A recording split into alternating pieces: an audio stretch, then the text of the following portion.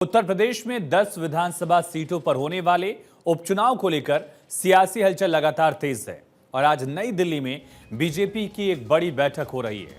आपको बता दें कि अभी तक चुनाव आयोग की तरफ से उपचुनाव के लिए तारीखों का ऐलान नहीं किया गया है, लेकिन राज्य का सियासी पारा उससे पहले ही बढ़ा हुआ है।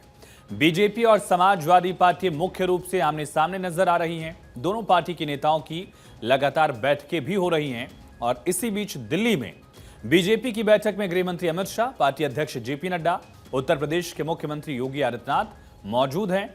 साथ ही इस मीटिंग में यूपी बीजेपी अध्यक्ष भूपेंद्र चौधरी और प्रदेश संगठन महामंत्री धर्मपाल सिंह भी मौजूद हैं। इस दौरान उपचुनाव की रणनीति पर चर्चा हो रही है।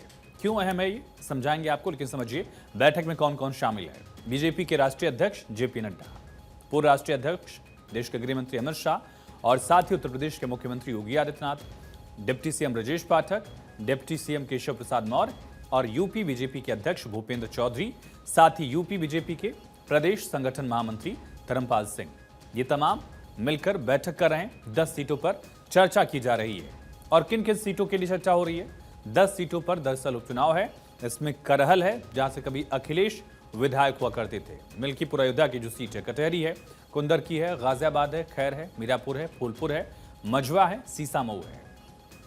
कई सीटों पर विधायक सांसद बन गए, इस वजह से चुनाव हो रहे हैं और इसी वजह से चुनाव को लेकर रणनीति बनाई जा रही है बीजेपी की तरफ से। समाजवादी पार्टी ने 6 सीटों पर प्रत्याशी भी उतार दिए हैं, लेकिन चुनाव हो क्यों रहे ये समझिए।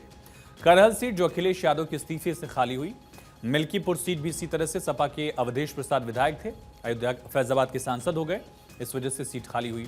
मीरापुर की सीट पश्चिम यूपी की है, आरएलडी के चंदन चौहान वो भी सांसद बन गए, उनकी सीट भी खाली हुई।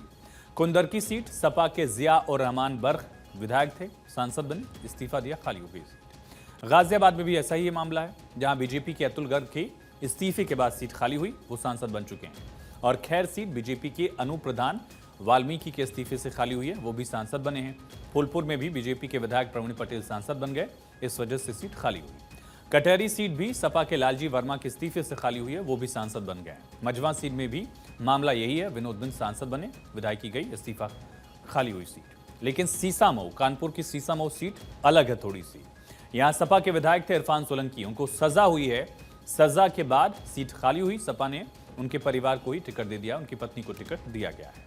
और इस सीट पर उपचुनाव दरअसल करहल, मिल्कीपुर, कटहरी, कुंदर की, गाजियाबाद, खैर, मीरापुर, फूलपुर, मझवा, सीसामऊ, इन तमाम सीटों पर उपचुनाव के लिए तारीखों का ऐलान बेहद जल्द हो सकता है, ये कहा जा रहा है। इन्हीं को लेकर लगातार चर्चा चल रही है।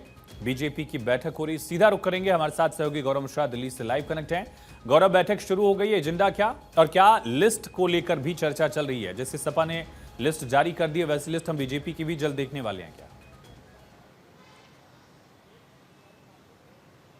देखिए आयुष, अगर उत्तर प्रदेश की बात करें, आपको खुद पता है कि उत्तर प्रदेश में जिस तरीके से इस बार के जो लोकसभा चुनाव के दौरान जो परिणाम निकल करके आए थे, वो एक अपेक्षित परिणाम नहीं थे पार्टी की तरफ से, खास करके अगर हम देखें।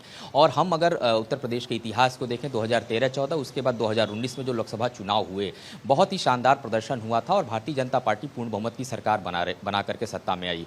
अब कहीं ना कहीं जो पहले जिस तरीके का प्रदर्शन रहा है और इस बार जिस तरीके से लोकसभा के चुनाव में प्रदर्शन हुआ, उसको देखते हुए जो अब 10 सीटों पर जो चुनाव होने हैं, आप देखिए उन 10 सीटों को कितनी गंभीरता के साथ जो पार्टी है वो लेकर के चल रही है। और एक एक खास करके सीटों की अगर बात करें तो उसको लेकर के 2-2, 3-3 नाम जो थे वो पार्टी के सोर्सेज बता रहे थे कि तय किए गए हैं। पूरी तरीके से ग्राउंड पर एक होमवर्क किया गया है। और खास करके अगर आप देखिए कि अगर हम बात करें आज की इस महत्वपूर्ण बैठक की, तो ये जो बैठक है ये जेपी नड्डा के आवास पर चल रही है। इसमें उत्तर प्रदेश के मुख्यमंत्री योगी आदित्यनाथ, दोनों उत्तर प्रदेश के जो डिप्टी सीएम है केशव प्रसाद मौर्य, ब्रजेश पाठक, उत्तर प्रदेश के प्रदेश अध्यक्ष, ये सभी इस वक्त इस बैठक के अंदर मौजूद हैं। और गृह मंत्री अमित शाह हालांकि बैठक शुरू होने के थोड़ी देर बाद पहुंचे, क्योंकि आज राजस्थान के भी मुद्दों को लेकर के बैठक है। राजस्थान में भी 7 सीटों पर उपचुनाव है, उसको लेकर के भी जो बैठक है वो इस यहाँ पर होगी। तो कहीं ना कहीं अगर आप देखिए उत्तर प्रदेश को लेकर के, तो गंभीरता साफ तौर पर पार्टी की तरफ से दिखाई दे रही है। सोर्सेज इस बात को भी बता रहे हैं कि इस बार बूथ स्तर पर भी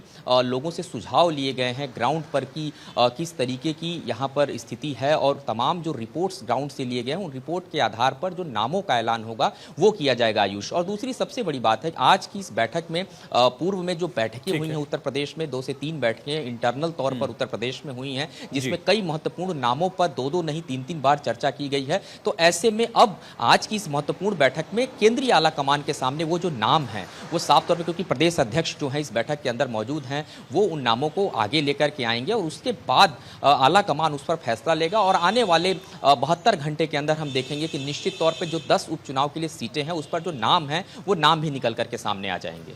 ठीक है गौरव, आप बने रहिए।